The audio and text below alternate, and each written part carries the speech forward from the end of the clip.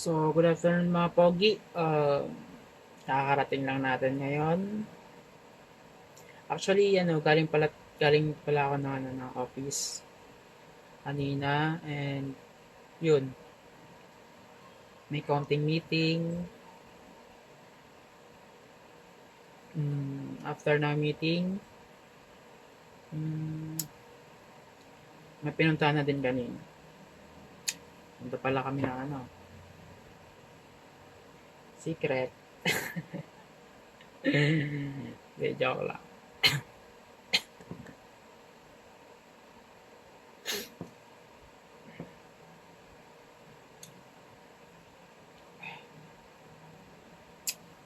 Okay.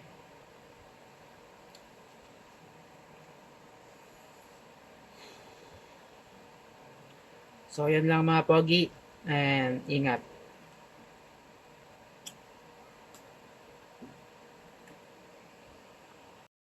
Dito, kung gusto nilang magtanong. Para sa lahat ng bobo, isa lang ang gagawin natin. Matuto tayong makinig. Tapos, most importantly, piliin